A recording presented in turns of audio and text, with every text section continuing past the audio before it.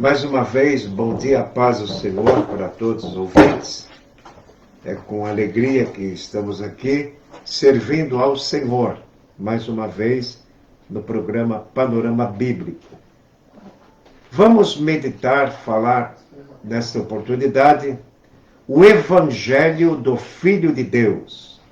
O Evangelho do Filho de Deus. Então, vamos ler uma passagem no Evangelho de João, no capítulo 9. A passagem do cego de nascença. Vamos ler capítulo 9 de João, versículo 31 a 38. Então disse os judeus, disse o cego: ora, nós sabemos que Deus não ouve a pecadores, mas se alguém é temente a Deus e faz a sua vontade, a esse ouve. Desde o princípio do mundo, nunca se ouviu que alguém abrisse os olhos de um cego de nascença. Se este não fosse de Deus, nada poderia fazer. Responderam os judeus e disse-lhes: tu és nascido todo em pecados e nos ensinas a nós? E expulsaram. Jesus ouviu que o tinha expulsado, e encontrando, disse-lhe, fez uma pergunta: crês tu no Filho de Deus?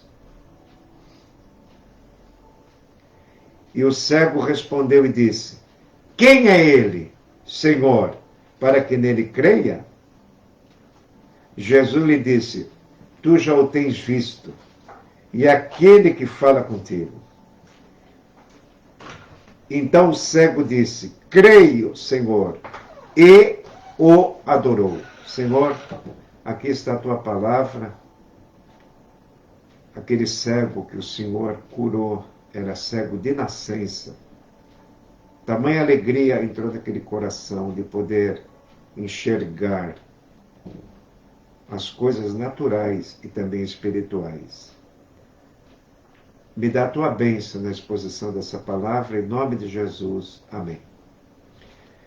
O Evangelho do Filho de Deus. O Evangelho de João, escrito pelo irmão de Tiago, que era um pescador. Ele também escreve 3 epístolas ou cartas e também o livro do Apocalipse. Evangelho de João, quando fala de milagres, ele cita a palavra sinais. E é também chamado o Evangelho da vida.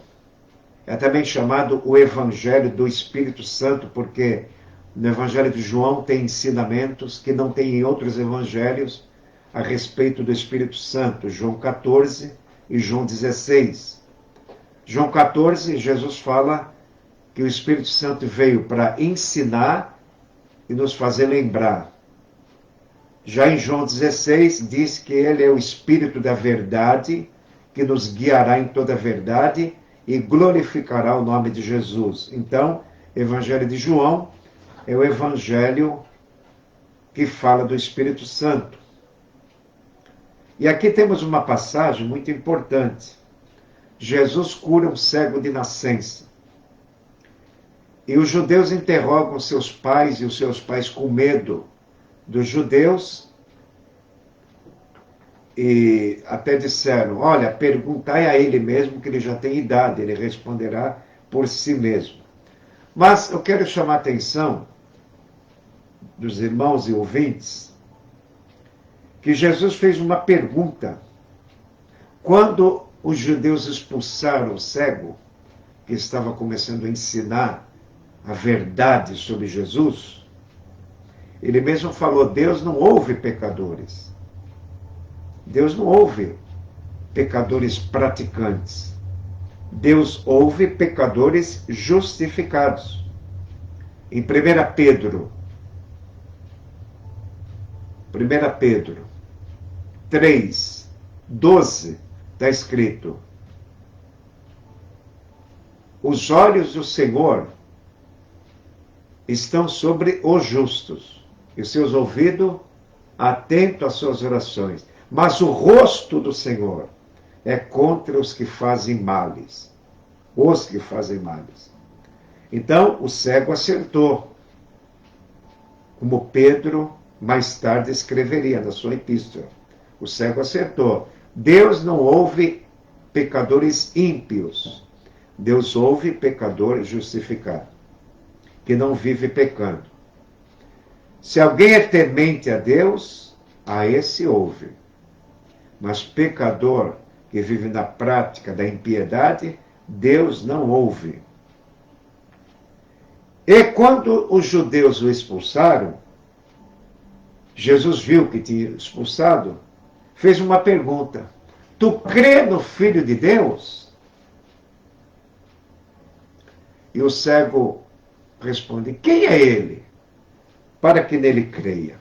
Isso Paulo escreveria mais tarde aos Romanos, capítulo 10, 14. Como ouvirão, como invocarão aquele de quem não creram?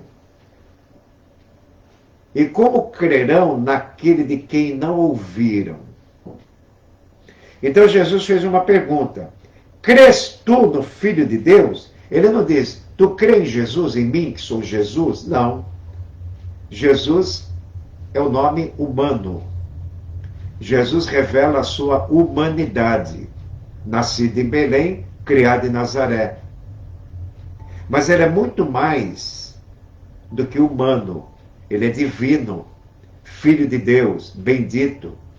Diz Romanos 1,4, declarado Filho de Deus em poder, pelo Espírito de Santidade, que é o Espírito Santo. Romanos 1,4. Olha a pergunta de Jesus. Jesus, encontrando, disse: crês tu no Filho de Deus? Quem é ele, Senhor, para que nele creia? Aqui tem um ensino excelente. Quem é ele para que nele creia? Às vezes, reclamamos que todo mundo é incrédulo. Não podemos julgar assim. Existe ainda a ignorância religiosa. Quem é Jesus para mim segui-lo? Quem é ele para me encantar? Quem é ele para mim ser crente nele? Quem é ele? Quem é Pelé? Todos diriam, o rei do futebol. Quem é fulano? Quem é cicrano? Quem é Jesus? Para que eu possa crer, se humilhar, pedir perdão e seguir. Quem é ele? Jesus fez essa pergunta. Tu crê no Filho de Deus? E o cego, quem é ele? Quem é o Filho de Deus? Será que é Buda, Maomé? Jesus falou, não, é aquele que fala contigo. E ele disse, creio, Senhor, eu creio que tu é o Filho de Deus. Então não basta crer que Jesus é um profeta. Não basta crer que ele é um sacerdote. E nem basta crer que ele é o rei que vem reinar. Ele é o Filho de Deus. É o próprio Deus encarnado. Aleluia! Existe um texto muito interessante em Timóteo, 1 Timóteo 3,16. E sem dúvida alguma, grande é o mistério da piedade. Aquele que se manifestou em carne foi justificado em espírito, visto pelos anjos, pregado aos gentios, crido no mundo e recebido acima da glória. Olha aí. Aquele que se manifestou em carne. O Evangelho de João diz que o Verbo se fez carne e habitou entre nós, cheio de graça e de verdade. Jesus era cheio de verdade. Ele citava 2 vezes: em verdade vos digo. Em verdade vos digo. Por quê? Afirmando que o Pai e ele é divino. Eu e o Pai somos um. João 10:30. Então o Evangelho de João é o Evangelho que explica a divindade de Jesus. A sua deidade. Ele é Deus. Aleluia! E quando ele perguntou para o cego, tu crê no Filho de Deus? Quando o cego disse, o ex-cego, creio, Senhor, e o adorou. Vemos aqui um grande ensino. Não basta acreditar que Jesus Cristo existiu. Não basta acreditar em suas doutrinas e ensinos. Precisamos ter experiência, como Pedro escreve. Provai e vede que o Senhor é bom. A salvação não é uma teoria. É uma experiência de quem crê no coração e confessa com a boca. Paulo diz, se tu crê no coração e com a boca confessar o nome de Jesus, serás salvo. Uma pessoa salva por Jesus quer falar dele. Por isso é muito ruim o cristão ir esfriando nessa fé. Ele não tem mais vontade de falar de Jesus. Ele está tão vazio de Jesus que não fala mais. Mas nós precisamos sempre, constantemente, ter uma fé aquecida pelo Espírito Santo. Ninguém pode dizer que Jesus é o Senhor a não ser pelo Espírito Santo. Apolo era fervoroso de espírito, ensinando o caminho do Senhor, mas não era batizado com o Espírito Santo ainda. Ele foi instruído por um casal de missionários, Áquila e Priscila, que ensinou mais pontualmente o caminho de Deus, falando do batismo de fogo, que Apolo ainda não tinha essa experiência. Porém, mesmo sem ser batizado com o Espírito Santo, Apolo era fervoroso. Então, vamos tirar o mal-entendido aqui. O batismo com o Espírito Santo é essencial, é necessário, é o Pentecoste, é uma energia, um poder, um revestimento de poder. Mas eu quero dizer que o fervor espiritual está na palavra de Deus inspirada pelo Espírito Santo, que é fogo. Jeremias diz, não é a palavra de Deus como fogo? Não é a minha palavra como fogo? Quem guarda a palavra, guarda fogo. Aleluia. Quem lê a palavra e guarda, guarda fogo. Fogo que ilumina, fogo que arde o coração, fogo que queima pecado, malícia e prostituição, inveja, glutonaria, ciúme e divisão, blasfêmia, ira e discórdia, orgulho e murmuração, inimizade e porfia, inveja e dissensão. É um coral que cantávamos na Assembleia de Deus. Fogo que queima pecado, malícia e prostituição, inveja, glutonaria. E assim vai. O fogo que queima pecado, ilumina os pensamentos, fogo que arde, o fogo queima, o fogo ilumina, e o Espírito Santo da Bíblia tem um simbolismo. É como fogo. No dia de Pentecoste, desceu o Espírito Santo e foram vistas por eles línguas repartidas como de fogo. Atos 2, versículo 4. Voltamos aqui para o cego, João 9. Nós estamos falando do Evangelho do Filho de Deus. E Jesus lhes disse, tu já o tens visto, e é aquele que fala contigo. O cego disse, creio, Senhor, e o adorou. A Bíblia diz que Deus amou o mundo de tal maneira que deu o seu Filho, para que todo aquele que nele crê não se perca.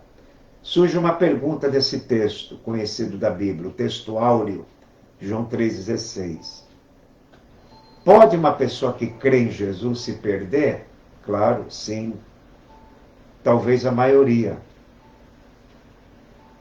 Para que todo aquele que nele crê não se perca.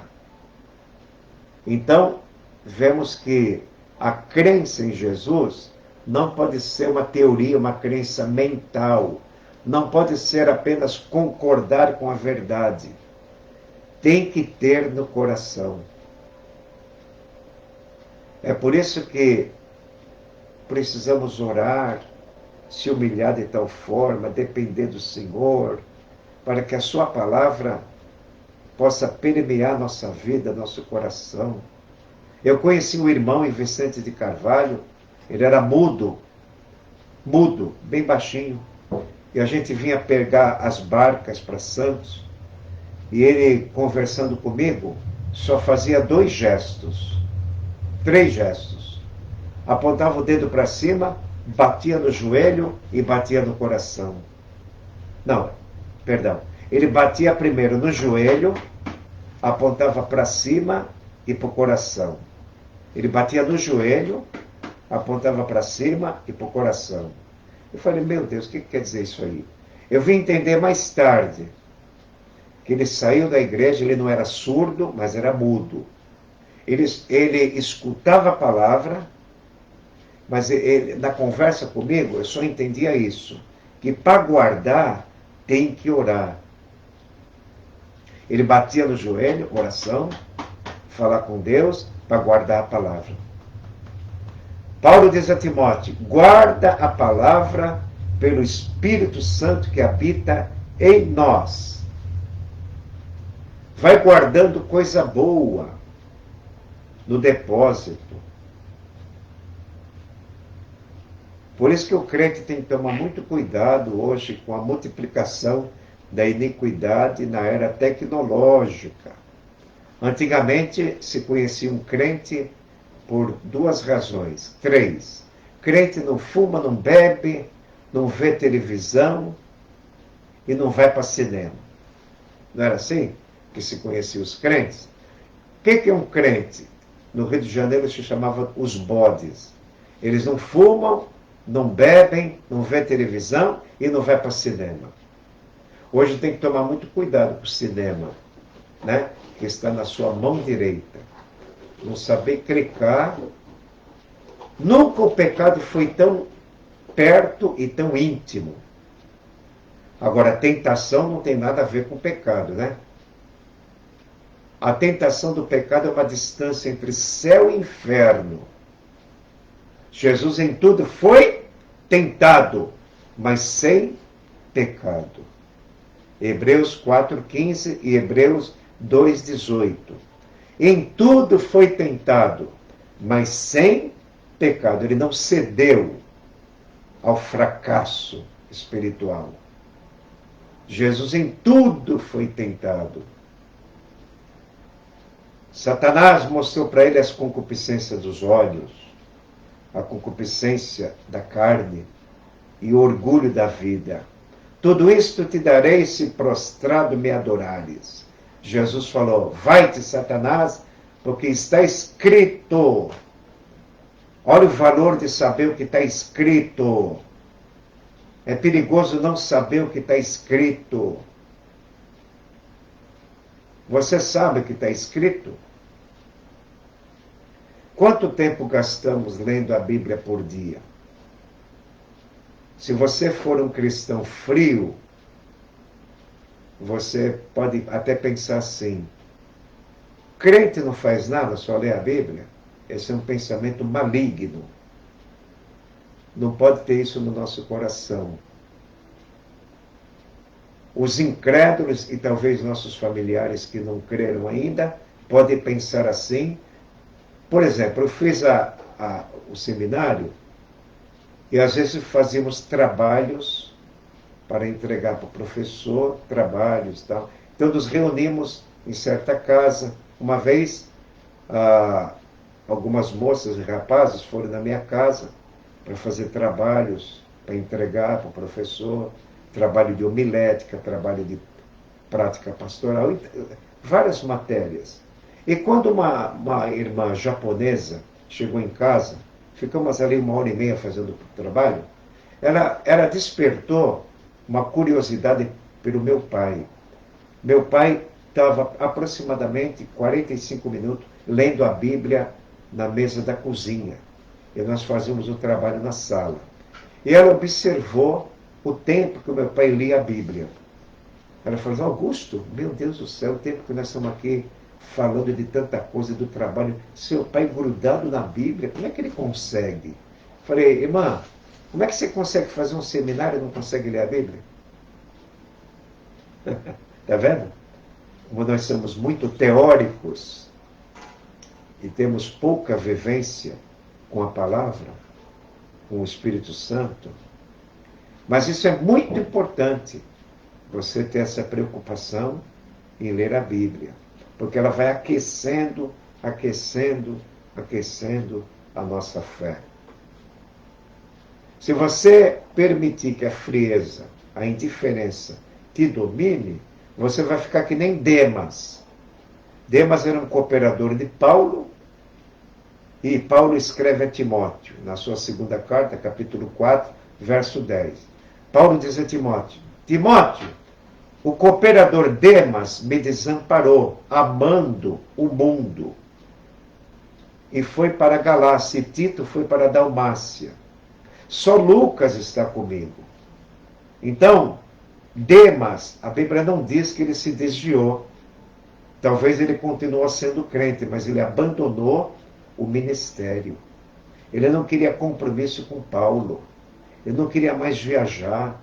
Ele não tinha mais interesse de compartilhar a palavra de Deus. Ele queria ser talvez um crente de banco.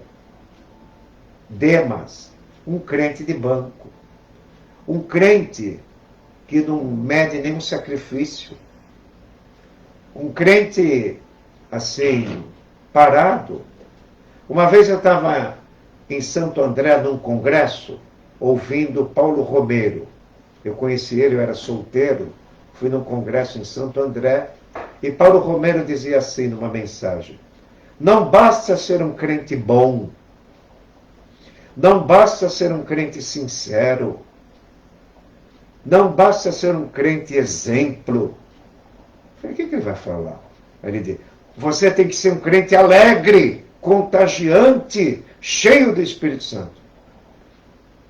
Meu Deus do céu. Eu pensei que bastava ser bom, bastava dar bom testemunho, bastava ser exemplo. Não. Você pode fazer tudo isso, mas está apagado. Não tem a chama da alegria, não tem a chama de comunicar, não tem a chama de compartilhar, não tem o fogo aceso do Espírito Santo. Olha que palavra. Então, os apóstolos, diz a Bíblia em Atos 13, 52, os apóstolos estavam cheios de alegria e do Espírito Santo. Os apóstolos estavam cheios de alegria e do Espírito Santo. Então vamos cultivar, irmãos, esta alegria. Quando a pessoa se converte, ele recebe um exemplar do Evangelho de João. É o evangelho mais popular da Bíblia. E estamos meditando aqui que João é o evangelho do Filho de Deus. E me faz lembrar do evangelho do Filho de Deus, não em João, em Marcos. Marcos, capítulo 1, versículo 1. O que está escrito? Princípio do evangelho de Jesus Cristo, Filho de Deus. Vamos repetir? Princípio do evangelho de Jesus Cristo, o Filho de Deus. Marcos 1:1. Vamos lá, para memorizar essa? Marcos, capítulo 1, versículo 1. Princípio do Evangelho de Jesus Cristo, o Filho de Deus. É o mesmo princípio que criou Deus o céu e a terra? Não. O Evangelho é antes da criação do céu e da terra. Deus é autoexistente, não foi criado, sempre existiu. A vida não foi criada, vida é vida. A vida é eterna. Aleluia! Perdemos a vida eterna com o pecado. Adão e Eva foram expulsos do paraíso, cortados na desobediência. A Bíblia diz, em Romanos 5,19, pela desobediência de um, muitos foram feitos pecadores. Romanos 5,19. Mas pela obediência de Jesus, muitos se tornaram justos, justificados. Aleluia! Somos pecadores justificados, enquanto fiéis. Enquanto se mantemos fiel, estamos debaixo da justiça de Deus, da misericórdia. Em 1 Coríntios, capítulo 1, versículo 30, olha o que Deus em Cristo fez por nós. Eu gosto muito desse versículo que fala da redenção, mas ele é muito profundo, o significado desse texto, que eu vou ler para os irmãos. 1 Coríntios, no capítulo 1, versículo 28 a 30. Mas Deus escolheu as coisas vis deste mundo, as desprezíveis e as que não são, para aniquilar as que são, para que nenhuma carne se glorie perante Deus. Mas vós, está falando dos crentes, mas vós sois dele, nós somos de Deus, em Jesus Cristo, enquanto fiéis, o qual para nós foi feito por Deus. Cristo, nossa sabedoria. Cristo, nossa justiça. Cristo, nossa santificação. Cristo, nossa redenção. Então, Jesus Cristo é a sabedoria de Deus. Jesus Cristo é a justiça de Deus. Jesus Cristo é a santificação de Deus. Jesus Cristo é a redenção de Deus. Deus nos remiu, nos comprou, espírito, alma e corpo. É uma grande redenção, é uma grande justiça, é uma grande santificação, uma grande sabedoria. Anote esse texto. 1 Coríntios 1,30. Jesus é a nossa sabedoria. Quando a gente se converte, né? Quando o nosso espírito se converte, a carne não se converte. Hein? Então, tome cuidado. A natureza caída não se converte. Não alimente a carne que ela cresça. Despreze a carne. Não alimente. Crucifique. Mortifique. Quando Paulo escreve aos Colossenses, ele dá uma dica para mortificar a carne. Pensai nas coisas que são de cima, e não nas que são da terra. As coisas da terra que Paulo diz aqui, não é a vida de trabalho, de responsabilidade, de família, os negócios da vida, não é isso. Ele diz para não pensar nas coisas da terra no sentido da dissolução da vida, as orgias da vida, os passatempos mundanos e carnais que não devem permear nossa mente e nossos passatempos. Aleluia! Devemos alimentar o nosso espírito, ouvindo a palavra de Deus. Nós nos alimentamos de outros ensinos. Nos alimentamos quando lemos um livro evangélico. Você está lendo a Bíblia, de repente lembra de um livro, vai pesquisar. Não dá para pesquisar agora? Pesquise depois, mas marque. Vou pesquisar tal livro, tal página. É assim. Nem sempre temos tempo de ler. Nem um obreiro, às vezes. Nós temos que se disciplinar. Mas nós nos alimentamos de boas pregações, ensinos. Nos alimentamos de uma revista evangélica, de um livro evangélico. Nos alimentamos quando nos encontramos para conversar, né? Quando há um avivamento, nossas conversas se tornam mais espirituais.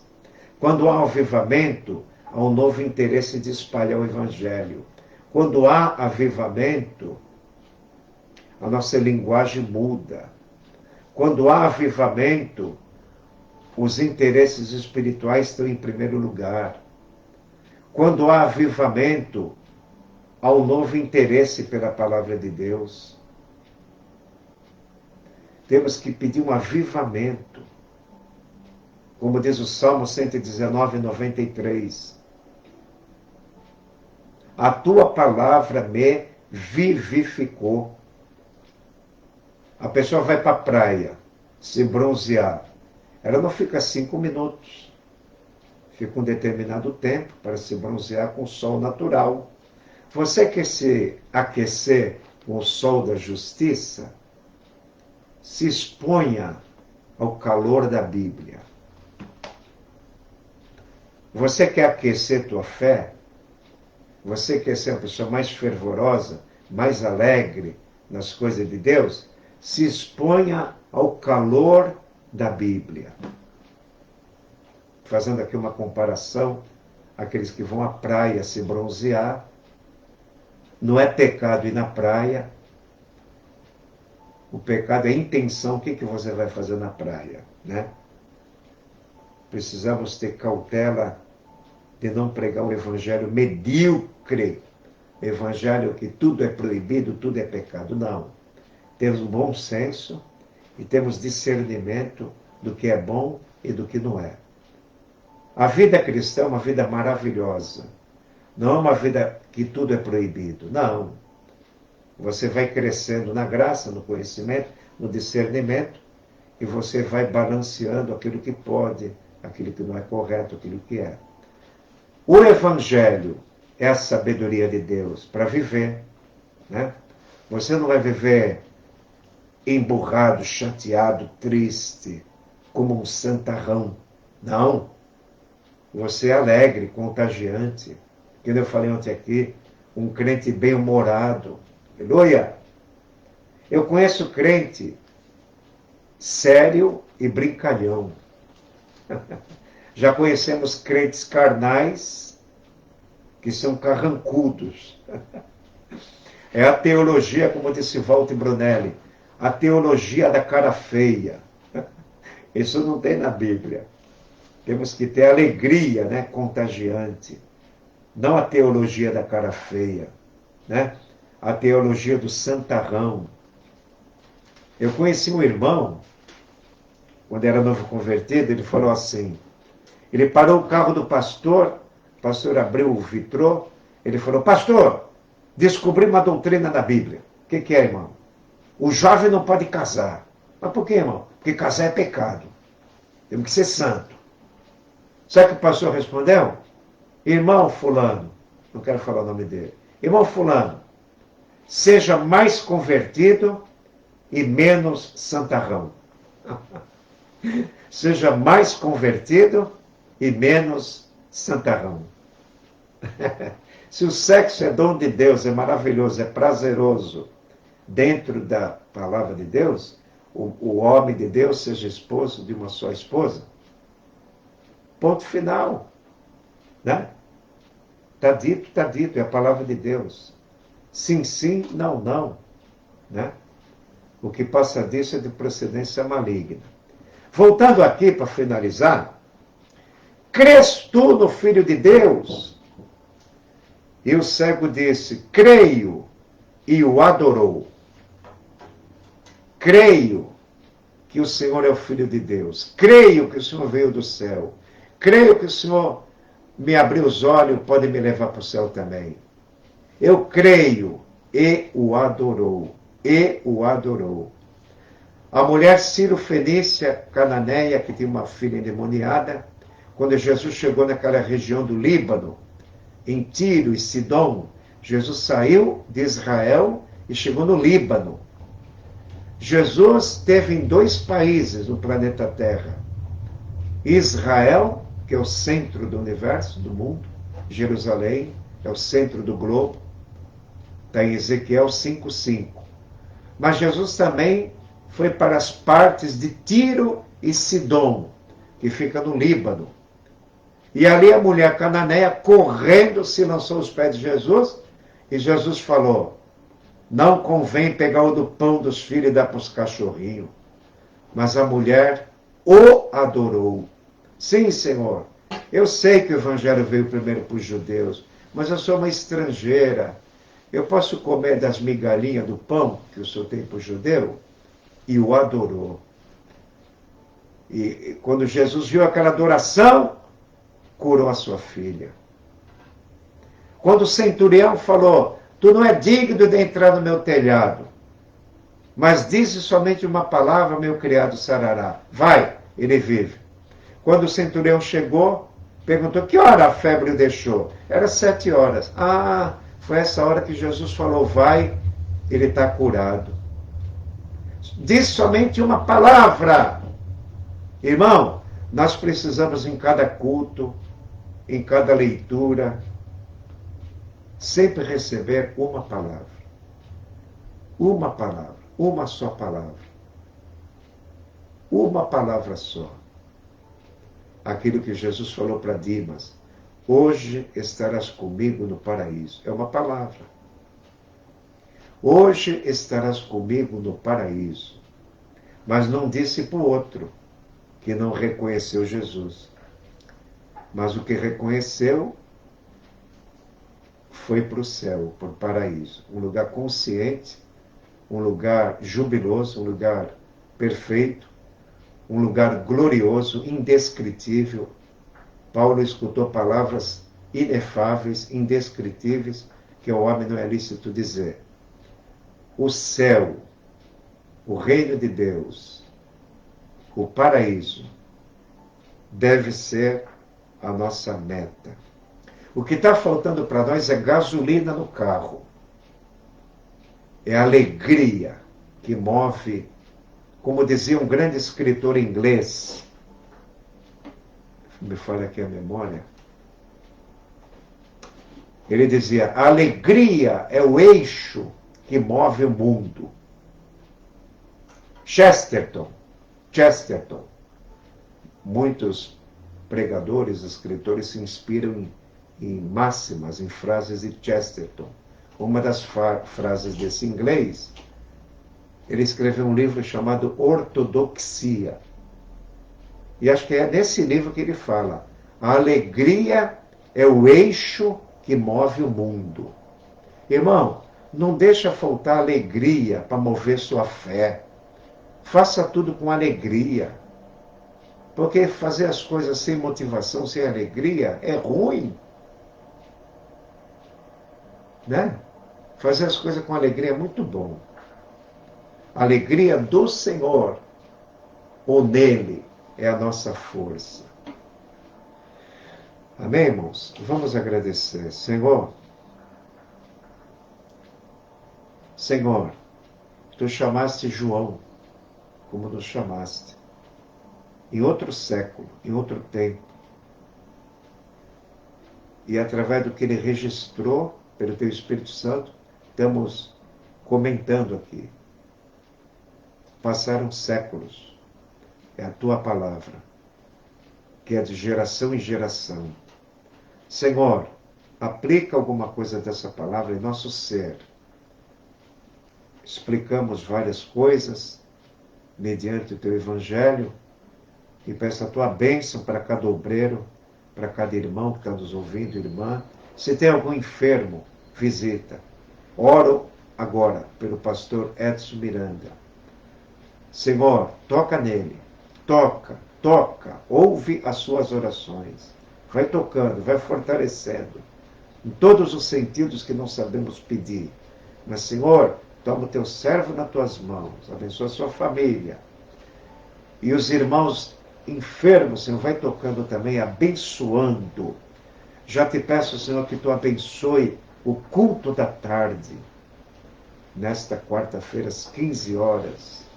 Abençoa, Senhor, o culto da tarde. Abençoa os trabalhos que se seguem na Igreja Evangélica da Paz. Fica conosco neste dia.